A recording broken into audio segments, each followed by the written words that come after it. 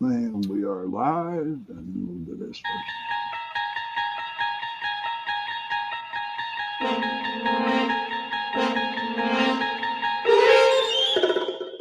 You're listening to UFO Undercover with your host, Joe Montaldo, right here on the Paranormal Radio Network.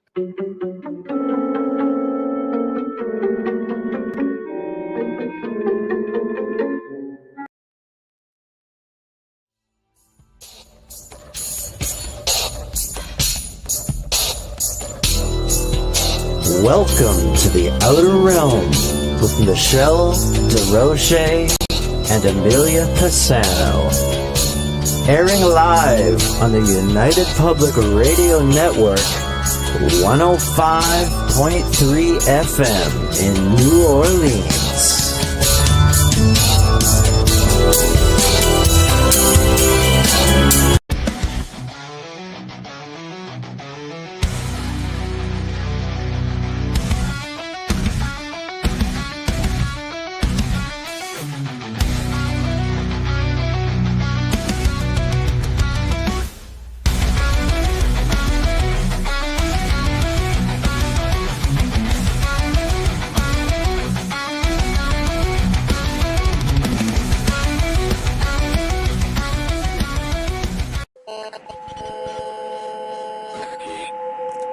What's out there?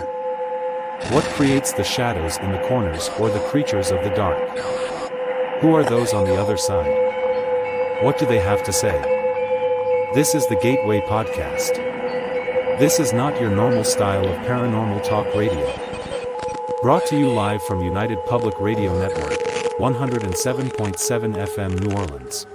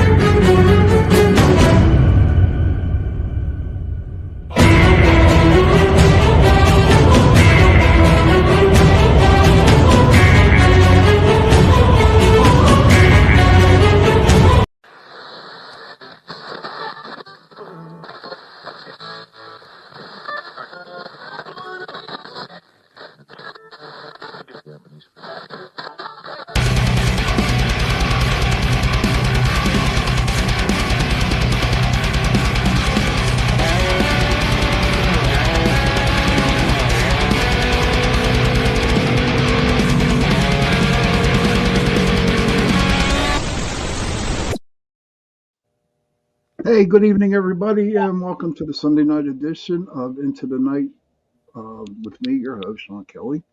I hope everyone's having a good time.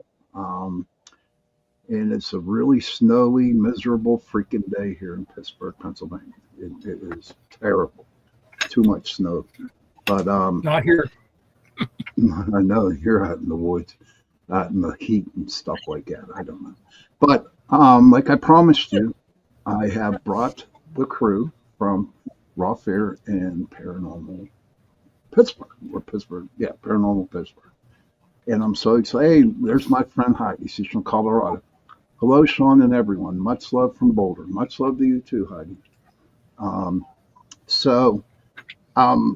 I promise you guys they come on. They are here, and I'm like totally excited about this. And I went from next to me, I got Josh, and then I got Rebecca, then we got Chloe, and we have Marty, and then we have Audrey. So hello, everybody. All right, hey, okay. And you may hear Zoe begging over here once in a while. Yeah, we'll hear the doggies. That's okay. But listen, Joe Fox, wow, hello, Sean. Looks like an awesome group. They are awesome, dude. I'll back, you know what? I'd take this crew right here and I'll put them up against any other paranormal investigator, even though it's been over 12 years. But, I can put them up against any team and they would kick ass. And I'm just calling it as it is. And it's not because they're here in the chat room, Joe. There's some cool haunted places out here. Oh, I bet there is, Marty. So, Everybody, question for everyone. When you saw the ad put into the paper, what sparked your interest? What was your real meaning for joining Raw Fear? Actually, it was something different because I know that I don't know who else did, but I went to a acting school. It's called John Casablancas. It was in Green Tree, and I just wanted it to get out there, and everything else. So I wanted to do something different. I need to try something different other than being a paid extra or like a model or anything else. So that's when Craigslist was Craigslist. So I was just looking on there, and I just seen it ghost hunting, and everything else, and I applied, and that's when we all met up at the Eaton Park, and here and I know Aubrey joined later on, and here to find out that everybody knew Terry. I got a nat. Terry Baselli. Terry Baselli, yeah. Because I first met her at John. Good old Terry. And that's where I met her, and that's when she had her little studio in Emsworth. And that's when that's when I went and did my own thing, whatever, with Nancy Moser, whatever, and then the Batman movie and everything else. But yeah, that's how I found you guys. Basically, like we all have something in common, Chloe? Yeah, I know. I remember that first day. It was me, Josh, Matt, and I think Richard was my ride. Yeah, I remember that. Richard. I remember that. Yeah, we both worked at that haunted house, and I had seen it on Craigslist, and I'm pretty sure that he lied to me when he said that he saw it too, and just kind of tagged along. But we both, I needed a ride, so I was like, "Yeah, man, come on!" And he didn't last all that long, but I was really excited. Oh no, he didn't. No, he didn't. No. Yeah, he didn't last that long. No, not at all. Rebecca.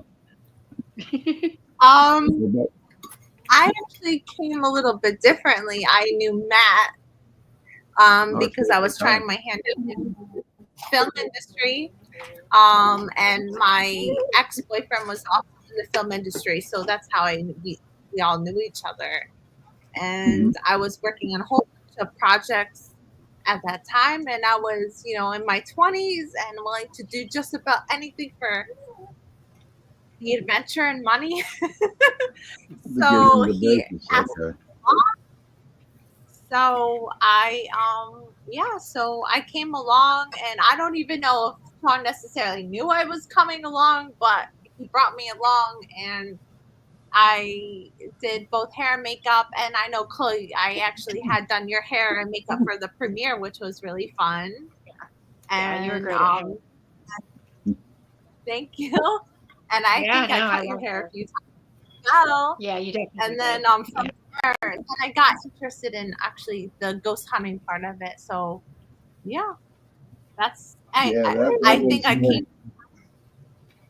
Yeah, so I came in a little bit differently and more creatively, I guess, if you will. No pun intended. Yeah, it's all right. Yeah. Aubrey? I think I just thought it was interesting, and I thought that there must be, because I think there's always a question, like when you hear of ghost hunting or like paranormal activity, you always want to know, like, is it legitimate? Are people really seeing these things? So I thought there must be enough validity to this if the premise behind it was to actually like make a show out of it. So I'd always been curious about paranormal activity, and so this was just a fun way to kind of combine those two worlds of like film and ghost hunting. So Okay, see, ladies and gentlemen, I did not know any of this while they were joining. But now we get to Mr. Marty Patterson and his dog that's crying in the back. Who, me? Yeah, you. You can hear that. When you came up, oh yeah, when you came up to me and asked me if you wanted to work on Raw Fear, what got you, you know, with the name, and what did you choose me? Hey, Kenneth Roper, good to see you. Well, Raw Fear started, oh my gosh, what, back in 2000, oh my gosh, when was it? Like 2001. And my partner in Raw Fear back then was Paul Hughes. And it was all about, let's make a video for Halloween. And one thing led to another, where we were going to go in this supposed haunted house that was it B94 used to spend the night in houses. Yeah. Okay, it was a house that they spent the night in, and we found out, we found this house. We're going to go spend the night there, and then we found out that the people that got B94 in there that were related to the owners didn't have permission. They actually broke into the house. So when we contacted them, they said, no way, we don't want anybody in there, mainly because the owner of the house, he didn't believe in banks, and he hid all his money there, and nobody ever found the money. I think somebody did find the money. It's just that, they never fessed up to finding it. So they didn't want anybody in the house for the fear they'd find the money. So we ended up not going there. So now we're in a panic. We need to make this video. So then we contacted Ralph Stroney, the owner of Dixmont, and ended up doing a night at Dixmont. And instead of the 12 people we were going to take, we ended up taking 30 people. And it was amazing. It really, really was. And we actually caught an apparition on tape, and we were really blown away by that. But then it went dormant for a while. I went to help out Jim Patulski with Ghost Story TV, which never really made it off the ground. And that's how I met Sean. And so when I was working with Jim, I really got fed up with, like, this guy's never going to get this on the air. So I'm going to go back and revisit Raw Fear, get it rolling again. That's how I met Sean, and I said, Sean, you'd make a really good co-host for this show. So Sean jumped aboard, and it's all history after that. So yeah, it was the best 13 weeks of my life, to be honest. We had a good time. We really did. We had a really good time. Squatchman, hey brother, good to see you. Heidi says, love it, guys, and I love the name Raw Fear. And Dr. Pam Pater Ennis says hello. And there's my buddy Michelle. That's my mom. That's your mom? That's my mom. Oh, hi, cool. Mommy. So what did you guys think when we first started? Even before we went on our investigations and we had these meetings, what was, how were you feeling? Like, were you excited? Were you like, what the hell am I doing here? What? Yeah, it was that same thing. Like, what am I doing? But like, I was like, what am I doing here? But in general, I like to learn new things and new opportunities. So that's why I joined it. And also to the fact that it has to do with paranormal and the ghosts and everything else. And due to my mother being a preacher and all that, and it had to do with, the Holy Spirit and everything that ties into ghost hunting and everything else. So I was like, you know what? I want to try this. You guys are great, man. I'll tell you. I mean, and I'm telling you, ladies and gentlemen out there in Radio Land, I'm telling you, I just met them. We had a meeting, and then we started. And I will take this to my grave that these people, my friends, they're like I just have a question. Yeah, go ahead. So basically, I don't know if you guys remember when we did the round table. Yeah. And we got to know each other and all that stuff. I know Chloe likes to do the tarot cards and all that stuff. Do you still have that tape? Yeah. You do? Yeah, and I still have I have that deck too. Okay. Wow. The person who gave it to me, actually, he was on the show and he has since died. So it's like a really powerful deck now. But yeah, I still use those cards every day. Okay. Oh wow. All right. Yeah. So now did I don't know if Marty or Sean, did you guys tape that round table? that night, I or don't do know. you guys have that on file? Or? I think it was in the second episode, but we Yeah. talked about death. We were all in the office. We were in the studio. Yeah, we were. in the Yeah. studio, and we all sat Yeah, I think I around and we recorded that. talked about that. Yeah, Mhm. you did. It's in episode 2. Okay. Yeah. So it was like that was deep. That was deep. One night I'm going to have to show that here on the show. So Aubrey, how about you? Whenever you, because I know you came like episode 3 or 4. Mhm.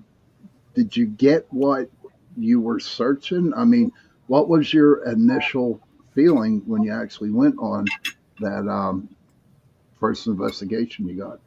I can't remember where we first went, but I like remember the places, and I just remember every time it was way more intimidating than I thought it was going to be, like way more like scary. Like I actually was scared sometimes.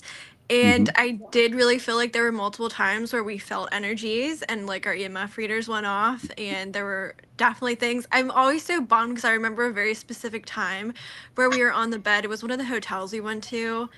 I don't remember what that place was, That but was in we were, Newcastle. That was was it? in Newcastle. Yeah. Well, no, it's at Conneaut. Conneaut. Yeah. I think it was We were in Conneaut. Yeah. Okay.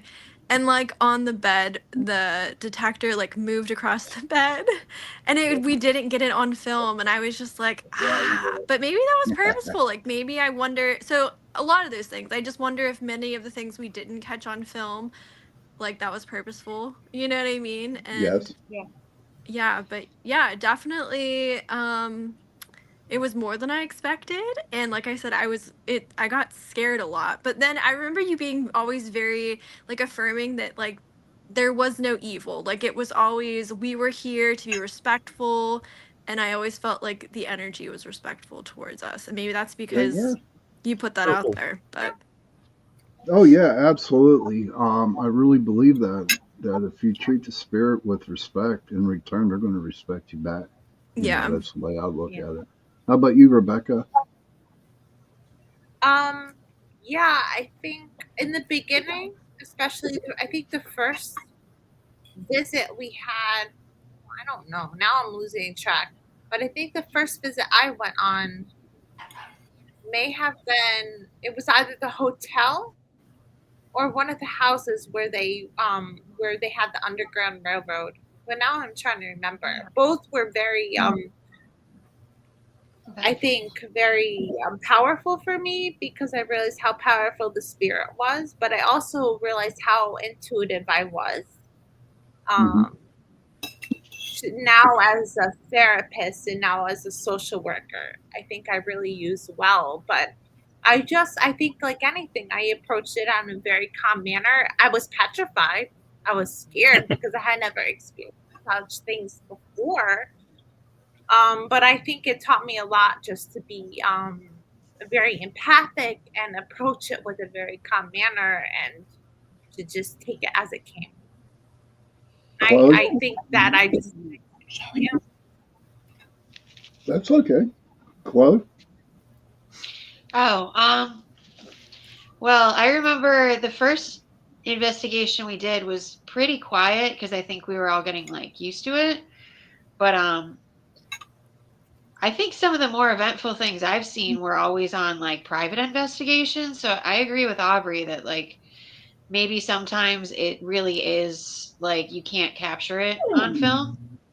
But I do really believe that the show and like the whole experience, even just at the beginning, really did kind of clarify that there is more out there.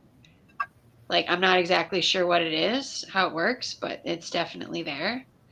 And I'm really appreciative for like all of the experiences we definitely had there together. I do. I really miss ghost hunting. It was so fun. Yeah. We should just have so much fun. I remember when we went to the library, and and all those like computers. The library was really good. Yeah, and like we were talking about a scripture. We were talking about a scripture or something. Like out of the blue, I think it was Sean or something. And like, so we went to investigate. It was off camera. because we were just looking at the books, and I think it was Megan that found the Bible, and she opened it up, and it was that scripture that Sean was talking about. It was that was crazy. Whatever was in the basement that was following me around, that was creepy. When I was down in the basement by myself, that was intense. That was very intense, and it was pulling chairs out. I can't explain that at all. That's like one, and that was the Andrew Carnegie Library down in Bronzeville, PA. Yeah. All Andrew Carnegie libraries are crazy, man. Are all crazy. Yeah, They're crazy haunted. All of them are. Even the one over here in Carnegie. What's that? Hello? There's so much history involved with the Carnegie family, so that's interesting. I don't remember being there, but that's fascinating. Oh, God, yes. Absolutely.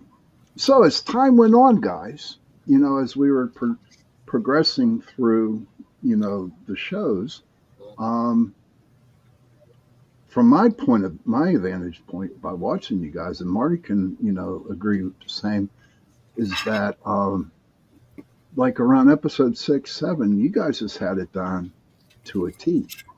You know what I mean? And what I really enjoyed the most was, instead of using so much of the equipment, you were actually using your empathic, or you know what I mean. You were seeing or feeling feelings and seeing things, but you were using your ESP stuff. Do you know what I mean? Mm-hmm. Yeah, and I was so proud of you guys, every one of y'all, because you were thinking not with just the technical shit, ghost hunting, but with the spiritual stuff going on. I was watching the one episode, and I forget where it was. Remember the old house? Hey, Mark Eddie, good to see you. Oh, by the way, before I go on, listen, anybody in that chat room right now, please ask questions. They are willing to answer them. Please ask some questions. I mean, they're hardcore paranormal investigators. So, just give them a question or something like that. But Marty, what was your favorite investigation that we went to? Probably the library. The library? The library and the school where Matt freaked out. Oh. That was the best. I heard about that. Yeah. Oh my God, that was crazy. Oh, the girls are like, Matt, be a man. Face it. They go out there. He goes around the corner, and totally, he almost ran us all over.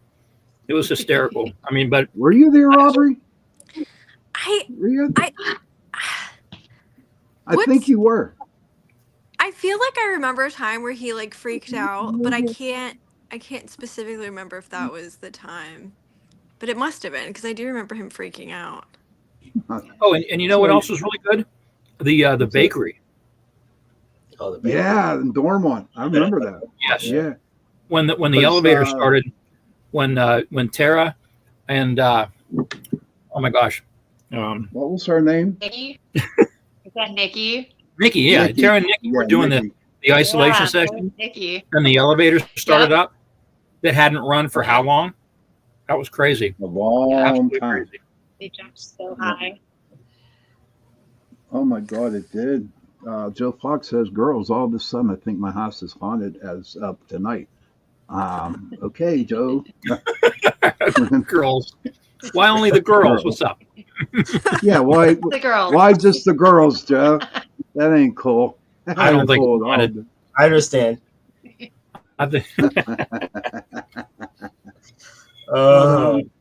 Does anybody out there have any questions for the panel here? The show closes down at 9:00 here, so this is a one-chance opportunity to ask whatever you want to. And so you know what time is it there, Sean? In Pittsburgh? 8:34 p.m. Okay, 30. And here we are. It's 6:30 here, so that's when I'm eating my dinner.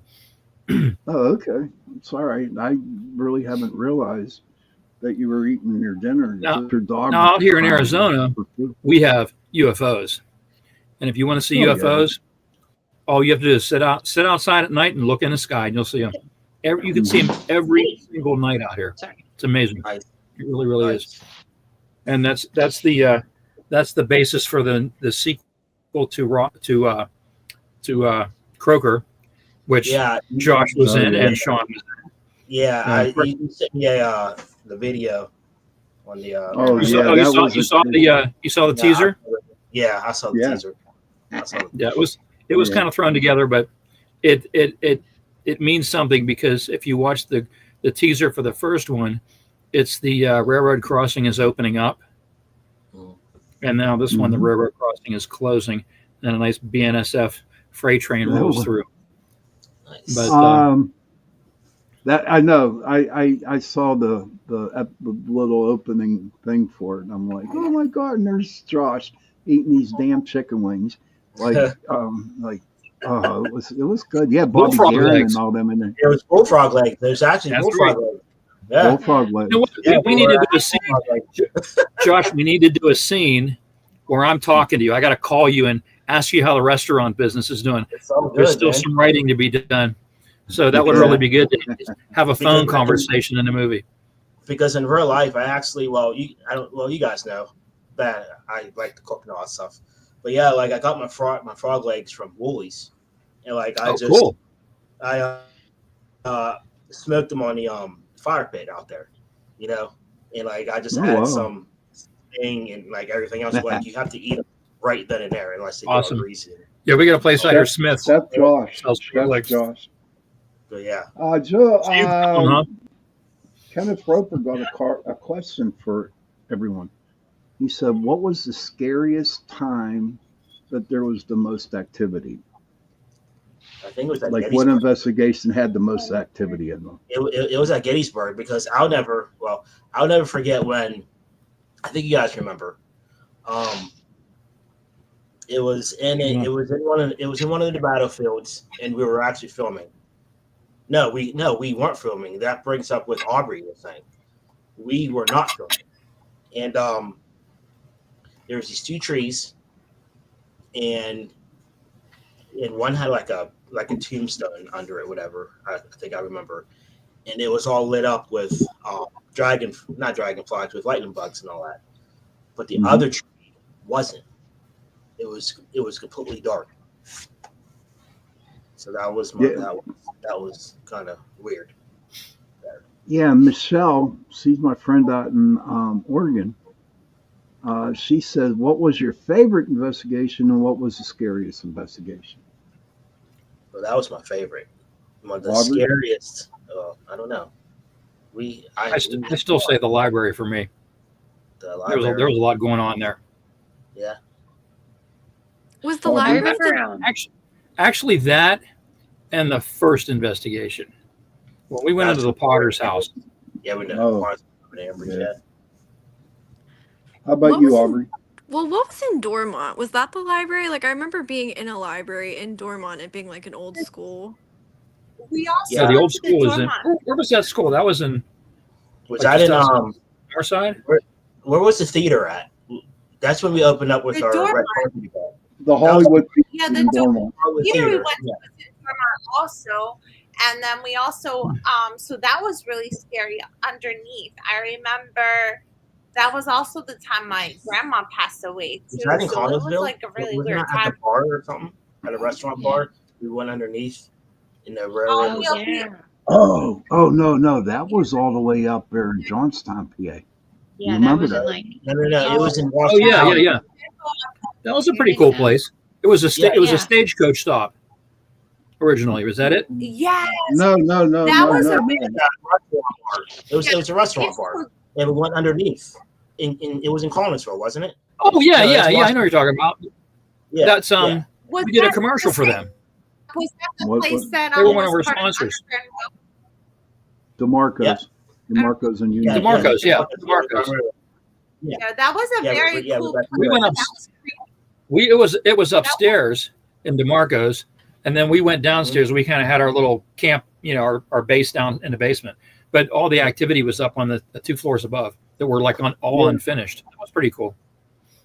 Yeah, that was a brothel on top of the restaurant bar. That was a brothel. Yeah. And the most Oh, it famous was? ghost, yeah, definitely. And the Yeah. most I famous was ghost in thinking, Uniontown. Don't worry, Mr. Wojo. It's okay for being late. I'll be right back. Kaysen, I'm going to take my plate out so my dog can quit going crazy. all right. Kaysen says, what famous places have you guys investigated other than Gettysburg? Honestly, Kaysen, we just pick random places to go. And they seem legit, to go there. No matter where you go in this world, in this life, You want to come up wherever here? you roam, there's always going to be good places to investigate. Okay, I mean it don't have to be well known what you see on TV, because I personally, and I'm going to ask this guy a question, everyone here a question. Do you think the ghosts know that we were investigating? Yeah, because I remember when we were at that covered bridge, and it was at night, and we were taking the pictures and all that, and I think it was Chloe that was telling us, because there were different whatever you call them, orbs. There were different color orbs, and I think Chloe was talking to us like which colored orb means. Like one's mean, one's like a personal. I don't know, but I do remember that. Like each colored orb has a meaning. Right. Yeah, so like it kind of just like I think it's more just like the vibrational frequency. Like you can kind of get a gauge from like if it's, lower frequency, which would be like I guess what people consider more evil, and then like higher frequency, which is like more, intelligent, more like independent, good, I guess. But from my research, a lot of it you can get it a tone of what kind of, if it's intelligent or not from that. But I remember we had like a system where I would like use the flashlight, and then you take a picture, and then we were sure it was an orb, Yeah. and then from there we were figuring out like what colors. Pretty sure I Well, remember that that. Yeah. Gettysburg, what we're talking about now, the Gettysburg, I already shown it here on the show, and Yeah. people were impressed. They were really, really impressed with it. But say like when we went to the other places, I have a feeling. I remember Aubrey's, and I forget I forget where we were at, but it was like in a little dining room set seating area, and we had that little colorful. Remember that? You were sitting there asking questions. There was a little boy who kept following you. You remember that? Yes. Yeah. Yes. Care to I share a don't Where little was bit that on again? that? I don't I don't remember. I like it's so odd because I remember that, but I don't remember that specific. I still feel like that was the hotel too. I just feel like so much happened at the hotel. Okay. And There's a lot that happened.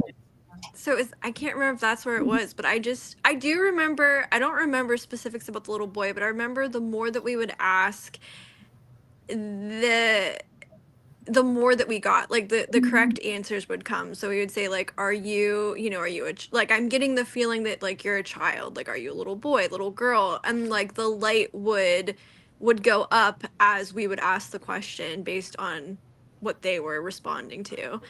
And that was just really, that was bizarre because there was nothing else. Like I remember like sometimes we would like move the detector around to kind of see like, is it just hitting off something? But it was very in sync with just responding to what we were asking. So that was very powerful. Mr. Wojo, in answer to your question, is the red orb mean bad? Yes, it does. Bad. Red's bad, and so is orange. Orange is like right before the red, so the orange is like, yeah, I'm pissed, but the red means, yeah, it's bad. Heidi says colors absolutely are significant, is what I get when I play. She plays real good with orbs. Heidi's very good, intuitive. She does very good, girl, in all orbs and spirits and stuff like that. Care to share your other experience that you would like to talk about? You know, I mean, we did start Paranormal Pittsburgh after that, but we only actually did like 3 shows because I just couldn't afford. Oh, okay. Kaysen has a question for you. Um, and Kaysen, he's from Sri Lanka. He goes, Wow. You're not dark, Kaysen. But he said, any demonic encounters? Have you ever experienced demonic encounters? Any of y'all? Not yet. I can't say I have, no. I can't really know.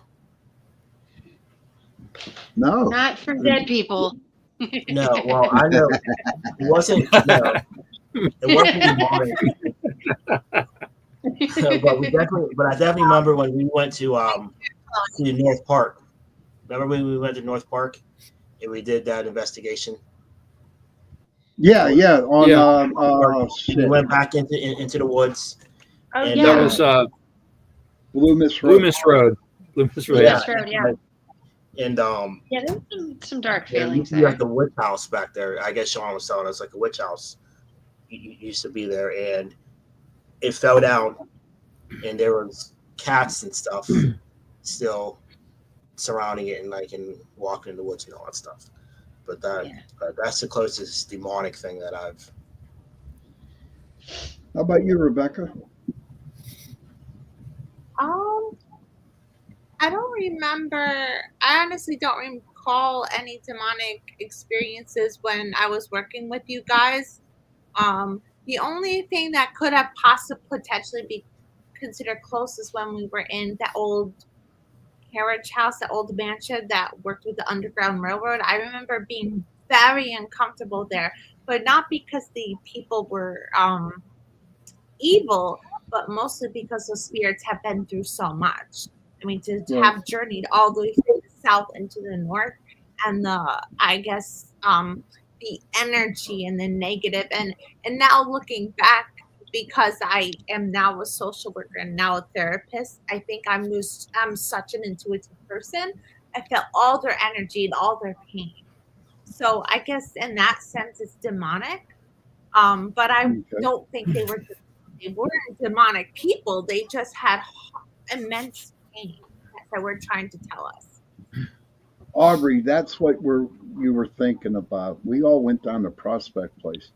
I remember Chloe and the other dude. That's what it was called. I'm trying to remember. Yes, that sounds familiar. Is that the place you're talking about in Trimway? That old mansion? So, and there was a dressmaker shop up, I think, on top, right? And I think there was a little girl who was following me around too. Okay. And then there was maybe her brother was following Aubrey. I think that might have been the case. I don't know. I don't remember that specific. Do you remember me and Megan picked you up? Remember me and Megan picked you up and we drove down there? Your mom was mad at me because I smoked cigarettes. That sounds right. I don't remember her. I couldn't believe it. I'd like to know what happened to Mike. I don't know. He was there. He was good, but he was good. He was a good guy. Yeah, he was. Mike, was that the guy who worked at the restaurant? Yeah. Yes. He only lasted like 3 shows. Oh, really? Yeah, but, I think he's okay. Okay, that's good to know. But I just lost what I was going to ask. Sorry. You know? No, don't be sorry, man. It's okay. I interrupted, but I'm good at that. No, not really. No, he's good at it. Yeah, you are. But that's okay. Well, I have a quick question. I was gonna say, do you have like all the episodes? Like, have you uploaded I sure them do. to YouTube? Yeah, That'd be so fun to watch again and just to relive. Yeah, I have them as well. Yeah. How did you get them? Did you get them from the TV station? Yeah, I got them from. Remember, you signed the rights over to me on that. Yeah. Okay, so I got all those. Matt actually got them, and so I had a stack of them, and then I went up the street to this one place, and I put them on. They put them on a thumb drive for me. And that's cool. Yeah, but they're all downloaded into my computer. Yeah, I have originals, and now before we were this Raw Fear was the original Raw Fear from way back. I have episodes, an episode that we did at Moundsville State Prison that I want to get that put together and upload that. I'm probably going to run that on YouTube or something. Mm-hmm. But that was pretty interesting. But you know what? Definitely, I will put them on YouTube, and I will tell you guys when they're up. Okay. Yeah. I will definitely do that, and so you guys can watch them. But I do have them on my computer. The only thing that I have a problem playing them on my show here is that all the commercials that are built into the show. Mm-hmm. Okay, I can get in trouble for that. You know what I mean? So. But yeah, I watched like 3 or 4 of them, and I was like, oh my God, look how young I look. I had no gray hairs at all. I didn't even have a beard. I didn't even have a beard. No, you did. You were young. You know what, Sean? God, Sean, if you call the sponsors up, if you call the people we did and ask them, they probably won't have a problem with that. Because you can't. I mean, the only person you could really get in trouble by is the person that owns that business. But I really don't even think that anybody that owns whether those businesses are still open, is going to get mad that you're giving them free advertising. You know, right? Because I think Oakmont, didn't it? That bakery shut down and opened back up under new ownership. Like, didn't they shut down? You know what else shut down was that Indian Summer. She no longer has her store, but Matt got the beauty parlor over there in wherever he used to live in Cherry. Yeah. That's still on there. But would you guys do this again? Well, before I answer that question, I remember going to Matt's house. Do you guys remember going to Matt's house? Yeah, I sure do. Yeah. It was different. I never seen the other side of Matt like that before, you know, because his dad passing and all that. But I don't remember. I remember doing the investigation, but I don't remember. You know. Right. I understand. That was a heavy show. That was really deep. But would you guys want to do this one more time? Not 13 episodes. I can't do it, man. I'm too damn old for this shit. I'm talking about do one show for 2 hours. And if I'm rich, I'll fly Marty back over here to Pittsburgh. So you can. Let's see. He went off there. He must be on Netflix. Marty, you on Netflix? Would you guys want to do it? I'll do it. Yeah, I can do it. I seriously have been thinking about doing it. Just a 2-hour show. Yeah. And just go back out. I'll do it. But like, as of right now, I'll work the second shift Monday through Friday. So it has to be like on a weekend, like on a Saturday or Sunday or something. Oh, whatever. How about you? You can do weekends. I have a couple of really cool places out here. You're going to buy our everybody ticket would want to come out to Arizona. You're going to buy our ticket? We can do a GoFundMe. How about a GoFundMe? Encore performance of Raw Fear in Kingman, Arizona. There's a lot of ghosts out here. And and there's a place called the Powerhouse Museum, and we could do it in there, and it's amazing. It's really amazing. Okay. How about you, Rebecca? Yeah, I would totally consider it. Of course, I would need lots of notice because I have 2 boys and a husband, but I would definitely. Well, that's what you got a mom for. Mom can come and babysit the kids. Hell, there's always a way of doing it. Mom is babysitting right now, so yeah, she would love it. She loves being all right. All right then. Cindy Mitch, she is my dear friend. She's out east. She says, I'm looking forward to watching a 2-hour show. I am too. I think we can do it. Can be fun. Where would you film? So where would you film? I don't know. That's why I'm asking you guys first if you're willing to do it. Don't forget, I'm going to be retiring soon. I got a good job, so and all you youngsters there, But Sean, you're younger than me. What are you talking about? But listen, we're getting close to the end. Let me see what we got. About 6 minutes left. Do you guys have any final last words? What was your thought of your total experience? Yeah, that's a good question. What your feelings, your thoughts on the total 13th episode of Raw Fear? Tell the people out here how you felt after the show was completely done after 13 weeks. Well, I know that I enjoyed meeting new people.